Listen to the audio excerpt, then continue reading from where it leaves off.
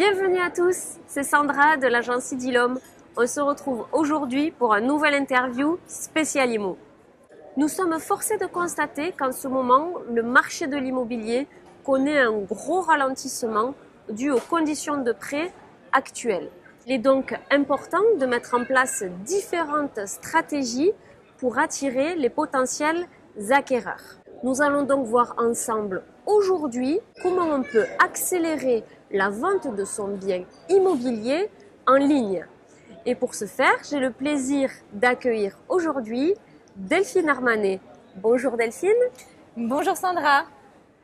Alors Delphine, tu es rédactrice web SEO et formatrice agréée. Est-ce que tu peux nous en dire un peu plus? Mais avec plaisir.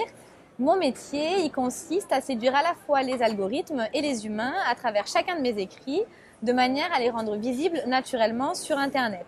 Je travaille donc avec les entreprises pour les aider à attirer naturellement les clients qui ont besoin de leurs offres et de leurs solutions, mais qui ne les connaissent pas en tant que marque. Et je travaille avec les agences de communication pour les soulager dans leurs différents projets de création ou refonte de sites avec optimisation SEO.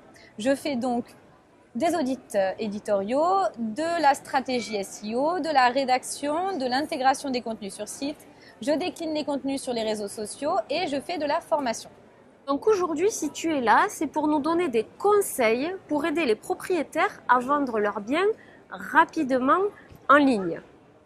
La première étape que l'on va voir ensemble, c'est la rédaction de l'annonce. Comment réussir à rendre son annonce pertinente, séduisante et s'assurer qu'elle soit bien référencée par rapport à la concurrence. Effectivement, l'idée, ça va être de commencer par trouver le titre accrocheur qui résume l'essentiel de votre annonce. Ensuite, il faudra rechercher et lister les mots-clés susceptibles d'attirer vos potentiels acheteurs. Ces mots-clés, il faudra les incorporer délicatement et naturellement au travers de votre annonce. Bien entendu, il faudra penser à être précis dans la localisation en mentionnant la ville, le quartier, les transports à proximité. Il faudra également fournir à vos lecteurs un maximum d'informations sur votre bien, qu'il s'agisse de la taille, du nombre de chambres, de certaines caractéristiques uniques. Car comme votre objectif premier, c'est de vendre, il faudrait vous éviter un maximum d'échanges inutiles qui seraient simplement de la recherche d'informations d'acheteurs qui ne seraient peut-être pas intéressés selon vos réponses. Donc pour résumer, on a un titre, on a une localisation précise, on a bien précisé le type de logement, on a utilisé des mots-clés et tout ça, du coup, ça va vous permettre de rendre vraiment votre annonce pertinente et visible. En plus de la rédaction, quelque chose qu'il ne faut pas négliger, c'est l'aspect visuel. Évitez de rédiger un énorme pavé qui ne va pas donner envie d'être lu, ou à contrario, ne soyez pas non plus trop minimaliste. Donc tout ça, c'est un dosage à effectuer. Pour vous aider à être sûr que votre annonce justement puisse plaire, l'idée c'est de vous relire à tête reposée ou de la faire relire à quelqu'un de neutre en vous mettant dans la peau de votre acheteur potentiel et vous demander si votre annonce, elle donne envie d'être lue en un seul scan visuel. L'étape d'après, c'est la diffusion.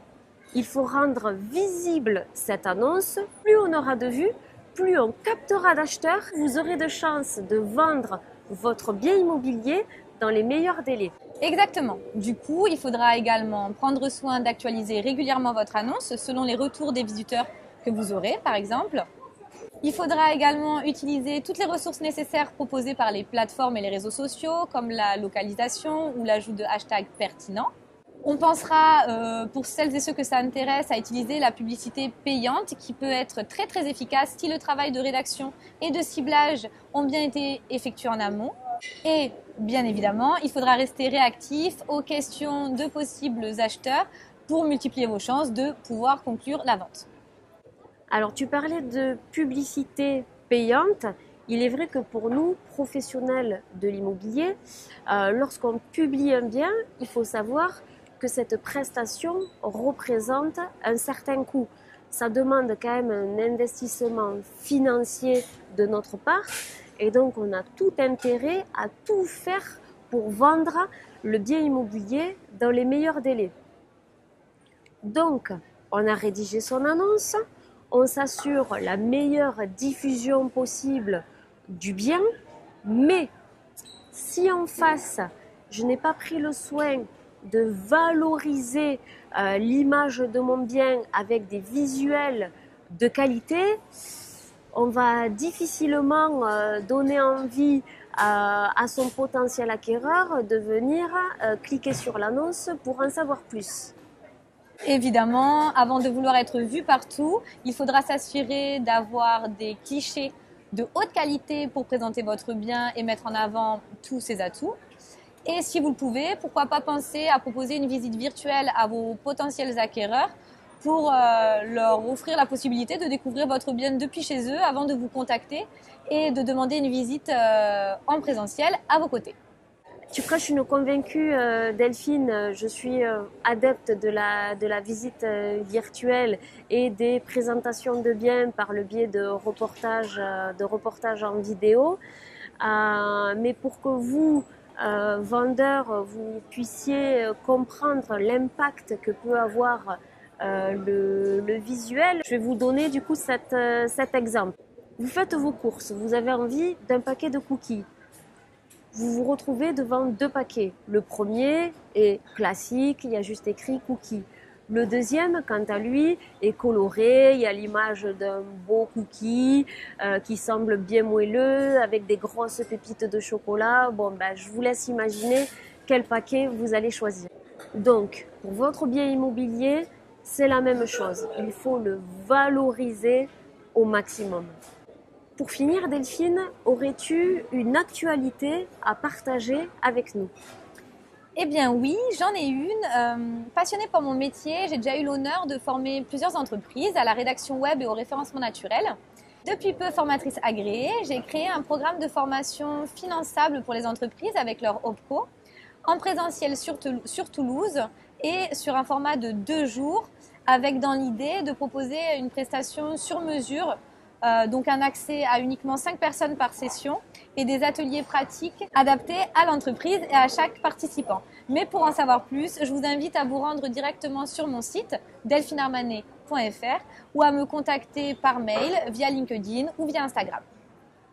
Très bien. Eh bien, écoute Delphine, je te remercie d'avoir partagé tous ces conseils avec nous. Merci à toi pour l'invitation, c'était un plaisir.